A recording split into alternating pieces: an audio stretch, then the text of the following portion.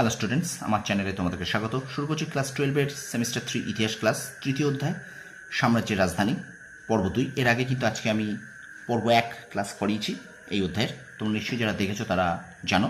তো একটা কথা তোমাদের যেটা বলার, তোমরা নিশ্চয়ই ইতিমধ্যে জানো যে তোমাদের 40 নম্বরের এমসিকিউ আছে, 40টা এমসিকিউ, কারণ তোমরা ক্লাস 11-এ ফার্স্ট সেমিস্টার পরীক্ষা দিয়েছো, সেই একই সিলেবাস, একই নাম্বার প্যাটার্ন, ঠিক আছে? তো 40টা এমসিকিউ আছে, 40-এ 40 পেতে হবে, এই মানসিকতা নিয়ে পড়তে হবে।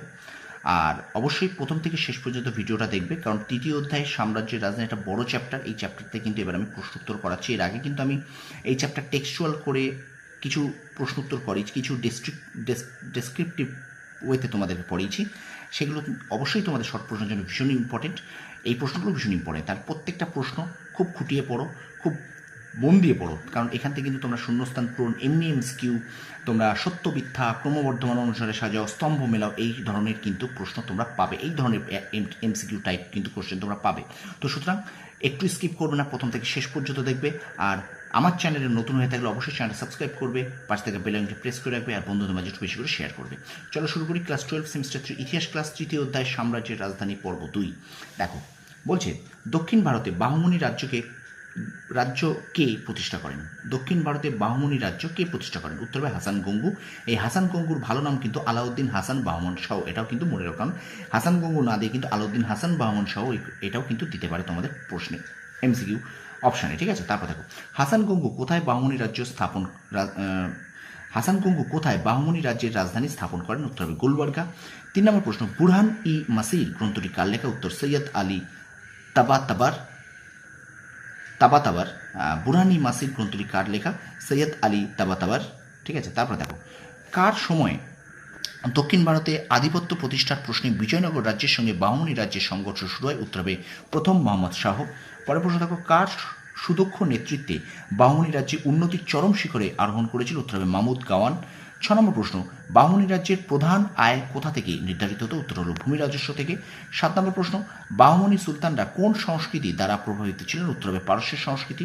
8 নম্বর প্রশ্ন, কার উদ্যোগে দৌলতাবাদের জ্যোতির্বিদ্যা চর্চার জন্য মান মন্দির নির্মিত হয়েছিল? উত্তর হবে তাজউদ্দিন ফিরোজ শাহ। 9 নম্বর প্রশ্ন দেখো, গুলবর্গা দুর্গের অভ্যন্তরে জামা মসজিদ কে নির্মাণ করেন? উত্তর হবে প্রথম মোহাম্মদ শাহ। 10 নম্বর প্রশ্ন দেখো, কোন বাহমনি সুলতান গুলবর্গা থেকে বিদরে রাজধানী স্থানান্তর করেন? উত্তর হবে আহমদ শাহ। তো স্টুডেন্টস, ভিডিওটা কেমন লাগছে তোমরা অবশ্যই কমেন্ট বক্সে কমেন্ট করে জানাও।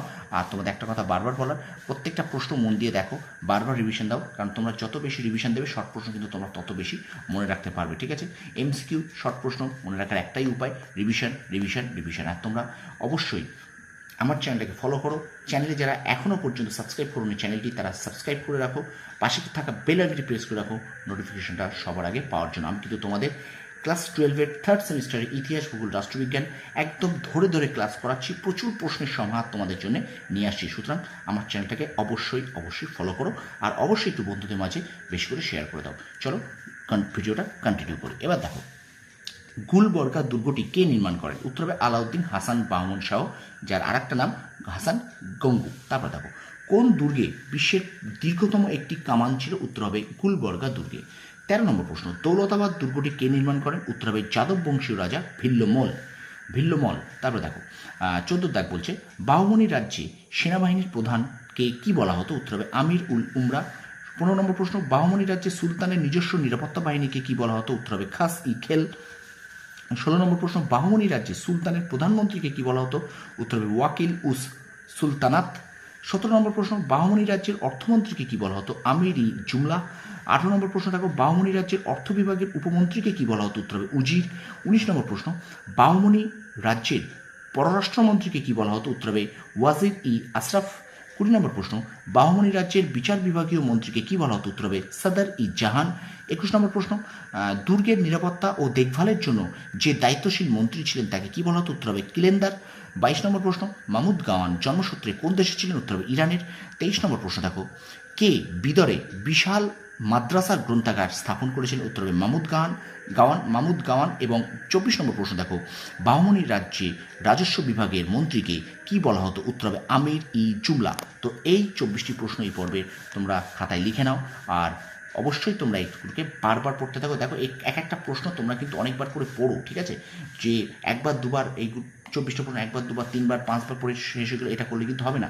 তোমরা কিন্তু বারংবার এগুলোকে রিভিশন দাও। রিভিশন যত দেবে, আমি একটা কথা প্রত্যেক দিন বলি, প্রত্যেক ক্লাসে বলি, রিভিশন রিভিশন রিভিশন রিভিশন দিলে তোমরা কিন্তু শর্ট প্রশ্ন তত মনে রাখতে পারবে। ঠিক আছে, ভিডিওটা ভালো লাগলে অবশ্যই চ্যানেলটা লাইক করো, সাবস্ক্রাইব করো, পাশে থাকা বেল আইকনটি প্রেস করে রাখো, আর অবশ্যই কমেন্ট বক্সে কমেন্ট করো।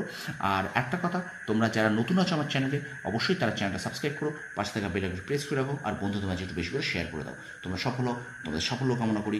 ধন্যবাদ।